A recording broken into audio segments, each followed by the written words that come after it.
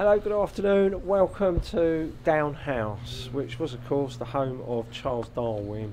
We have more volunteers than staff in the house, and we rely on them to make the visitor experience a good one every day.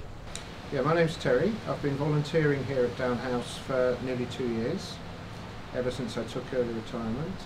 I've had a lifelong interest in Charles Darwin and his work, and because I live reasonably locally, there's a great opportunity here to not only extend my own knowledge and appreciation of his achievements, but also to share it with members of the public who visit here. I went to a talk at a local decorative and fine arts society, and they had a volunteering programme, and I was interested in doing something along those lines, and I asked where they had opportunities of volunteering.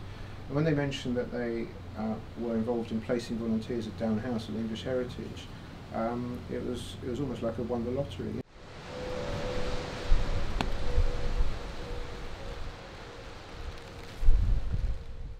My name is Giada. I'm a garden volunteer here at Down House, and actually today is my 1 year anniversary. I've been doing it for a year now. So what made you come here? Well, I was looking to change my career. I'd done a horticultural OHS course, and so I needed to get some experience, and I contacted the head gardener here and asked if I could come along and learn what it's like to be a gardener, and so I've been coming 1 day a week ever since. It's an absolutely fabulous place to be. I just feel really lucky every time I come in. And I'm working anywhere in the garden. It's just a really beautiful place, and there's so much history here, and it's just really interesting. People are great, and there's loads to learn. So what rewards are you getting from it? I can see it's interesting and you love it. It's interesting, yes. I enjoy meeting people, but also the intellectual stimulation of having to study Darwin and really look into the background. I find I've learnt a lot in that way. The discoveries that he led to, in particular in The Origin of Species, where he was challenging, not that he set out to challenge the received thinking, in particular that of the Church, that the species of living creatures are as created by God and they never change, but the things he observed when he was travelling around the world and his interest in natural history led him to suspect that this wasn't the case, that species do change gradually, both in time and in space. So, for example, when he was in South America, he noticed that there was a gradual change in species from the north of the continent to the south, but the closer animals were that were related, the more similar they were. So if you compared them at the very north of the continent to the very south, they were quite different. But if you took them from the centre, they were more similar to both ends. Sometimes we have very interesting visitors as well. We had one bird specialist from South America, and we have a case of birds that are indicative.